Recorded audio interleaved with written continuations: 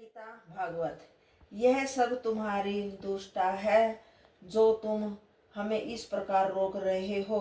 यद्यपि वैकुंठ लोक में किसी को काम क्रोध लोभ मोह आदि नहीं व्यापते, परंतु आज तुमने हमारा अपमान करके हमें क्रोध दिलाया है। इसलिए हम यह चाहते हैं कि तुम दोनों काम क्रोध लोभ मोह आदि से भरे मृत्यु लोक में जाकर दैत्य योनि में जन्म ग्रहण करो।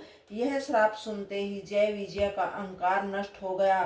तब वे अपनी भूल पर पश्चाताप करते हुए श्री संत कुमार जी के चरणों में गिर पड़े तथा इस प्रकार कहने लगे, हे प्रभु, अब हमें अनुभव हुआ है कि हमारे बुरे दिन आ गए हैं, इसलिए हमसे ऐसा महान अधर्म बन गया है। हे प्रभु, आप हमारा अपराध अक्षमा करते हुए यह बताने की कृपा करें कि इस दैत्य योनि से हमारा उद्धार किस प्रकार होगा।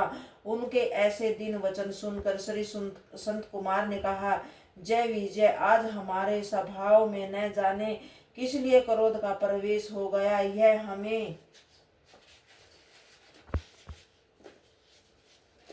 स्वयं नहीं मालूम है, परंतु हमें इतना स्मरण रखना चाहिए कि हमारा श्राप मिथ्या नहीं हो सकता। इसलिए तुम दोनों भाई 3 बार माता के गर्भ से जन्म लेकर दैत्य योनि को प्राप्त करोगे तथा तीनों ही बार भगवान श्री त्रिलोकीनाथ सतगुण अवतार ग्रहण कर तुम्हारा उद्धार करेंगे। तंत उपरांत तुम फिर वैकुंठ लोक में आकर अपने पद को प्राप्त कर लोगे। इस समय श्री संत कुमार जय विजय से इस प्रकार वार्तालाप कर रहे थे। उसी समय भगवान श्री त्रिलोकीनाथ उनके आगमन का समाचार पाते ही लक्ष्मी सहित नंगे पांव स्वागत करने के लिए द्वार पर आ पहुंचे। उन्होंने श्री संत कुमार के चरणों में गिरते हुए कहा कि हे प्रभु, इन द्वारपालों से आयतन अपराध बन पड़ा है जो इन्होंने आपको मेरे पास आने से रोक दिया था। मेरी पत्नी लक्ष्मी तो आपसे कुछ पर्दा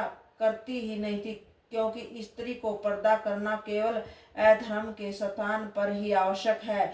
फिर भी जो इनसे अपराध हुआ है उनके लिए मैं बारंबार क्षमा मांगता हूँ। श्री नारायण जी के इस प्रकार विमर्ता व्यवहार को देखकर श्री संत कुमार ने मन में विचार किया कि देखो, श्री नारायण कितने नरम हैं कि इन त्रिलोकीनाथ के चरण कमलों का ध्यान ब्रह्मा तथा शिव आदि देवता एवं नारद आदि ज्ञानी ऋषि मुनि अपने हृदय में धरते हैं तथा जिनकी कृपा पाकर भव सागर से पार उतरते हैं, जो तीनों लोकों के स्वामी तथा उन्हें उत्पन्न करने वाले हैं, वे ही ऐसे दिन वचन सुना रहे हैं। इनका ब्रह्मदेव नाम वास्तव में सार्थक है, क्योंकि ये सदैव ब्राह्मणों का सम्मान करते हैं।